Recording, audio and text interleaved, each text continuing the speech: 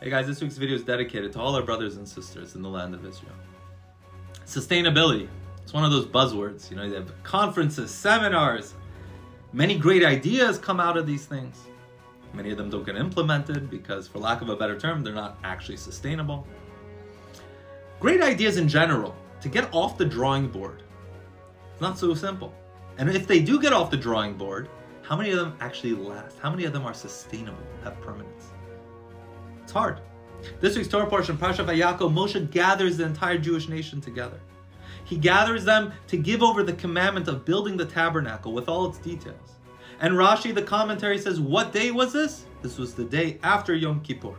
The day after that Moshe comes down from Mount Sinai for the second time with the second set of tablets. After God forgives the Jewish people for the sin of the golden calf, giving them a second shot, Moshe comes down from the mountain. The next day, he gathers the Jewish people to command them to build the tabernacle.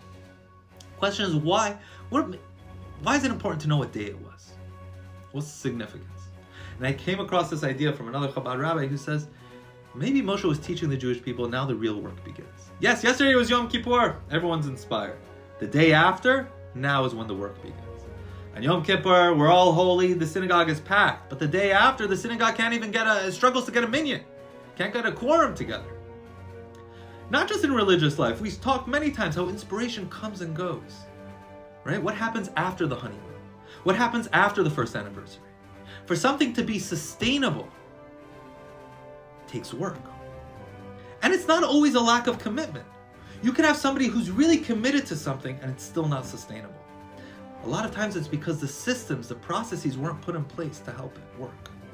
This rabbi shares how he has people in his congregation who would experience Shabbat and really be inspired and want to do it for themselves. And they would commit to keeping Shabbat. But the only problem was they lived 3-4 miles away from the synagogue. Can you walk 3-4 miles every week to the synagogue? Of course. Is it doable? Yes. Is it sustainable? Not as much. When anybody's inspired, they can do many different things. But for sustainability, you need to put those processes, you need to have those systems in place to help it work. Moshe is telling the Jewish people, the day after Yom Kippur we were inspired, yes, but now we got to build a tabernacle. We want Judaism to be sustainable? Build a tabernacle. Judaism's going to travel with us. God travels with us wherever we are. That's the idea of the tabernacle. It was portable.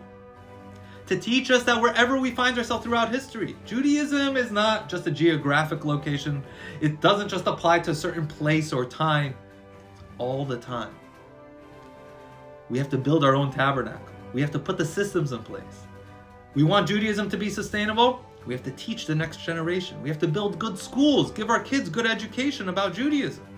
We can't just expect it to happen. Inspiration comes and goes. We need to put the systems to give it legs to go the distance. Shabbat Shalom.